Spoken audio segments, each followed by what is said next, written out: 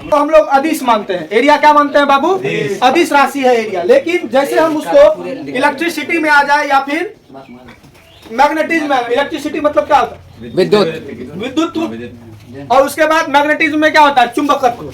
ठीक है, इन दोनों कंडीशन में जो भी उनका एरिया होगा, यानी विद्युत क्षेत्र होगा, विद्युत क्षेत्र होगा, चुंबक क्षेत्र होगा, ये सभी हम लोग क्या मानते हैं? सदिश मानते हैं। इसीलिए एरिया वेक्टर को भी हम लोग क्या मानते हैं? सदिश मानते हैं। जल्दी से लिखिए इस बात को, देखिए इलेक्ट्रिसिटी तथा मैग्नेटिज्म में, इलेक्ट्रिसिटी आता है लिखने, इलेक्ट्रिसिटी तथा मैग्नेटिज्म, इलेक्ट्रिसिटी तथा मैग्नेटिज्म में क्षेत्रफल को, मैग्नेटिज्म में क्षेत्रफल को सदिश माना जाता है।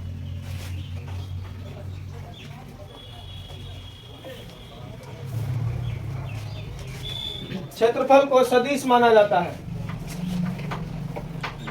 और इसकी दिशा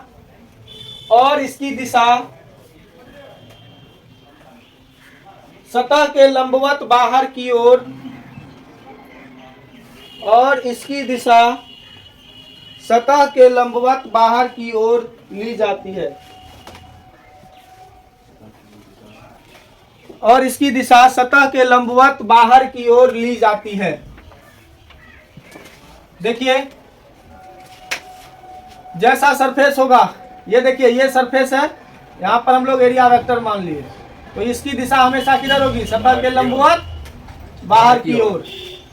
जैसे ये वाला ले लेंगे, ये देखिए हल्का झुका हुआ है ना, इसकी लंबवत बाहर की ओर।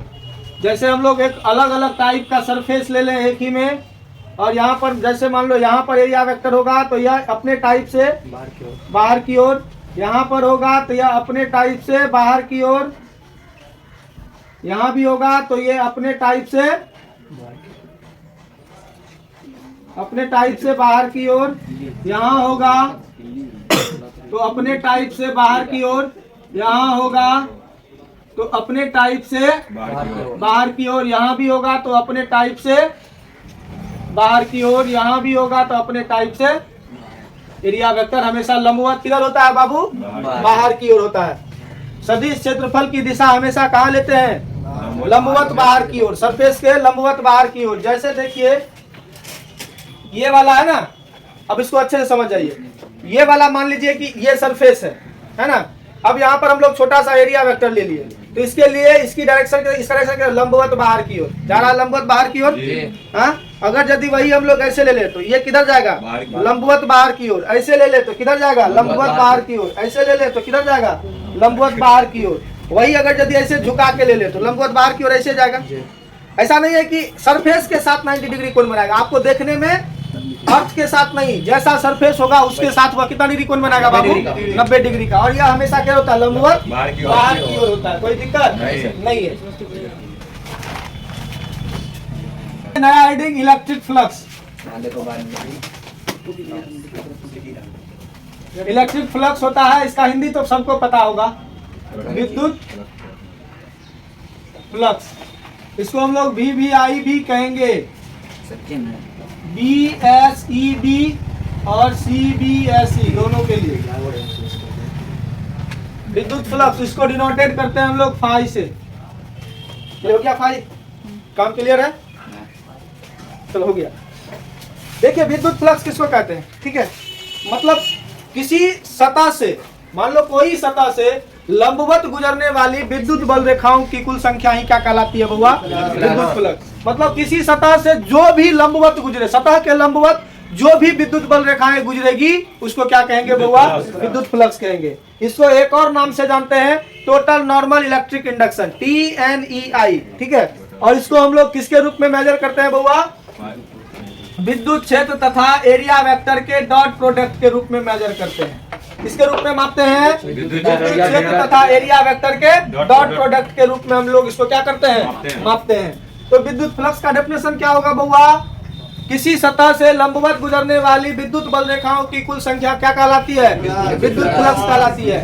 इसे टोटल नॉर्मल इलेक्ट्रिक इंडक्शन भी कहा जाता है। इसे किसके रूप में मापते हैं हम लोग? इसे विद्युत क्षेत्र तथा क्षेत्रफल सदिश के डॉट प्रोडक्ट के रूप में मापते हैं। चलो लिखो, इसका डेफिनेशन लिखो जल्दी से।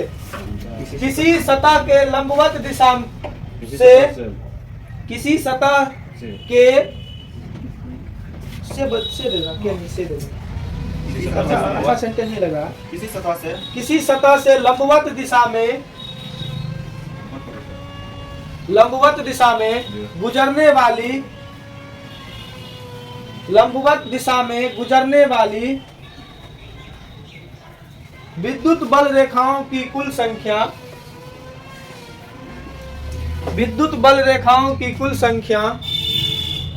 को विद्युत फ्लक्स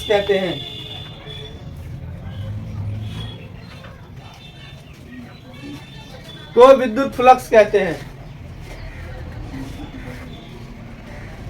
हो गया? लिखिए इसे टोटल नॉर्मल इलेक्ट्रिक इंडक्शन, इसका शॉर्ट फॉर्म होगा TNEI भी कहा जाता है। हिंदी को छोड़ो,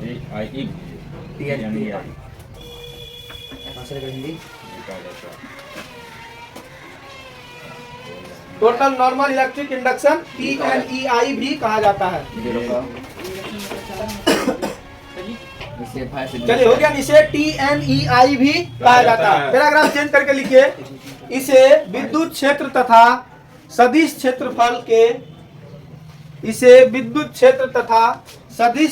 क्षेत्रफल के बिंदु गुणनफल के रूप में, बिंदु गुणनफल मतलब डॉट प्रोडक्ट के बिंदु गुणनफल के रूप में मापा जाता है। हो गया? बिंदु गुणनफल के रूप में मापा जाता है। The dot product of electric field and area vector. यहाँ देखिए बात, यहाँ से यहाँ तक हम लोग पहुंच गए कि किसी सतह से लंबवत गुजरने वाली विद्युत बल रेखाओं की कुल संख्या ही क्या कहलाती है? विद्युत फ्लक्स कहलाती है। विद्युत फ्लक्स कहलाएगी। किसी सतह से लंबवत गुजरने वाली विद्युत बल रेखाओं की कुल संख्या ही विद्युत फ्लक्स कहलाती है। और इसे किसके नाम से जाना जाता है रे बउआ?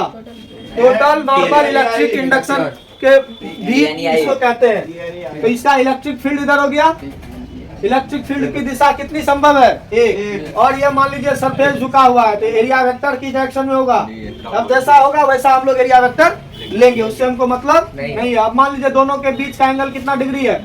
थीटा डिग्री है। और हम क्या बोले, इसको किसके रूप में मेजर किया जाता है? विद्युत फ्लक्स को विद्युत क्षेत्र तथा एरिया वेक्टर के डॉट प्रोडक्ट में, यानी बिंदु गुणनफल में। तो यानी हम लोग क्या कहेंगे, यदि E बराबर क्या है बउआ? विद्युत क्षेत्र। DS बराबर क्या है? सदिश क्षेत्रफल। फाई बराबर क्या है? विद्युत फ्लक्स। तब अब बताइए, छोटा सा एरिया है ना? छोटा सा एरिया पर कितना फ्लक्स आएगा? छोटकू सा एरिया पर छोटकू सा फ्लक्स आएगा। तो मतलब कितना फ्लक्स आएगा? D5 फ्लक्स आएगा किस पर? DS पर। तो इसको किसके टाइप में मेजर करते हैं? इलेक्ट्रिक फील्ड और एरिया वेक्टर के डॉट प्रोडक्ट में, है ना? डॉट प्रोडक्ट हो गया ना? अब डॉट प्रोडक्ट का क्या फॉर्मूला होता है बबुआ? D5 बराबर EDS cos theta. A dot B, vector A dot B का क्या फॉर्मूला होता है? AB cos theta. जैसे क्रॉस आएगा तो AB sin थीटा। क्रॉस में क्या होता है? वेक्टर A डॉट B बराबर होता है AB cos थीटा और vector A cross vector B बराबर AB sin थीटा। समझे बात को? चलिए, तो यहाँ EDS cos थीटा हो गया। अब छोटा सा एलिमेंट लिए, अब बड़े से एलिमेंट पर कुल फ्लक्स निकालेंगे तो क्या करना पड़ेगा? उसका इंटीग्रेशन करना पड़ेगा। तो यहाँ क्या होगा? तब कुल फ्लक्स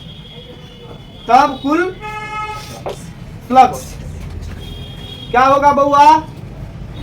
फाई बराबर क्या होगा? इंटीग्रेशन डी फाई का क्या करना पड़ेगा हमको, इंटीग्रेशन करना पड़ेगा। तो फाई इज इक्वल टू क्या हो जाएगा, डी फाई का वैल्यू क्या है, E D S cos theta. अब इसमें किसका इंटीग्रेशन होगा, नहीं थीटा लगा, डी थीटा था तब ना cos थीटा का करते हैं, सिर्फ किसका इंटीग्रेशन होगा, डी एस का, और बाकी टर्म क्या हो जाएगा बाहर, ई बाहर और cos थीटा, तो यहाँ क्या बचा डी एस। अब यहाँ देखिए डी एस के जगह हम लोग यहाँ लिखेंगे जैसा शेप होगा उस टाइप से उसका एरिया बनाएंगे। जैसे आयत होगा तो लंबाई गुना चौड़ाई होगा, वर्ग होगा तो भुजा स्क्वायर होगा, घन अतिवृत्त होगा तो पाई आर स्क्वायर होगा, उसके बाद क्या होगा क्यूब होगा, गोले होगा तो 4 पाई आर स्क्वायर होगा। जिस तरह का शेप होगा उस तरह का एरिया बनेगा। तो यहाँ पर ई कॉस थीटा इंटू इसके बदले में क्या लेंगे हम एरिया, ए फॉर एरिया लिख देते हैं, इंटीग्रेशन डी एस बराबर एरिया। ठीक है, अब जैसा शेप होगा वैसा हम लोग एरिया का यूज करेंगे। तो यहाँ पर फाई का वैल्यू क्या होगा बताइए, तो फाई बराबर क्या लिख सकते हैं, ई ए कॉस थीटा। ठीक है, ई ए कॉस थीटा। अब इसका हम लोग जानते हैं एनालिसिस। सबसे पहले एसआई यूनिट देख लेते हैं। क्या एसआई यूनिट, इलेक्ट्रिक फील्ड का एसआई यूनिट क्या होता है, न्यूटन पर कूलम। ये होता है इलेक्ट्रिक फील्ड का रे। एरिया का क्या होता है मात्रक, मीटर स्क्वायर, और साइन कॉस का मात्रक नहीं होता है, बताए थे 11th में बताए, साइन कॉस का कोई मात्रक नहीं होता है। तो इसका प्रॉपर्ली क्या कहेंगे, न्यूटन मीटर स्क्वायर पर कूलम। क्या होगा इसका ऐसा यूनिट, न्यूटन मीटर स्क्वायर पर कूलम, न्यूटन मीटर स्क्वायर पर कूलम। ठीक है, और इसका डायमेंशन क्या होगा रे बउआ, डायमेंशन होगा ये हो जाएगा M L T minus 2, Newton का होता है बल का, और एरिया का एल स्क्वायर, और इसका हो जाएगा आई ए या आई माइनस 1 टी माइनस 1, क्योंकि आई टी होता है पावर -1 है तो -1 तो इसको हम लोग करेंगे तो क्या होगा एम एल 3 टी माइनस 3 और आई -1 हो गया। और यह क्वांटिटी कौन सा है, सदिश कैसे दिख रहा है तुमको रे, दो सदिश का डॉट प्रोडक्ट हमेशा क्या होता है, अदिश होता है, ये याद रखना। ये कौन सा है, स्केलर क्वांटिटी, अदिश राशि। अब थोड़ा सा इसका हम एनालिसिस कर देते हैं। एनालिसिस करेंगे, एनालिसिस में यदि हम थीटा बराबर क्या मान लें, यदि थीटा बराबर 0 डिग्री, थीटा बराबर 0 डिग्री, तो यहाँ पर क्या होगा, कॉस 0 का वैल्यू क्या होता है, 0 की वैल्यू 1 होता है। तो यहाँ पर फाई कितना आएगा बताइए, तो ई ए आ जाएगा, ई ए ही ना आएगा रे बादल, कर दो। कॉस 0 का वैल्यू क्या होता है 1, तो यहाँ कॉस 0 का वैल्यू 1 रखेंगे तो इसका फाई कितना आएगा, ई ए। कहाँ है ध्यान, ई ए। वही अगर यदि हम लोग थीटा बराबर क्या ले लें, थीटा बराबर 90 डिग्री ले लें तो कॉस 90 का वैल्यू क्या होता है 0, तो यहाँ पर फ्लक्स फाई का वैल्यू क्या आ जाएगा 0 आ जाएगा, क्योंकि 0 से मल्टीप्लाई करेंगे तो 0। मतलब सतह के मतलब लंबवत सतह पर कोई फ्लक्स आपतित नहीं होता। जो सतह इलेक्ट्रिक फील्ड के लंबवत हो, क्या हो, विद्युत क्षेत्र के जो सतह विद्युत क्षेत्र का लंबवत हो उस पर कोई फ्लक्स नहीं आएगा, समझे बात को। फिर यदि थीटा बराबर 180 डिग्री तो कॉस 180 का वैल्यू क्या होता है -1, तो फाई का वैल्यू क्या हो जाएगा -E A। ठीक है,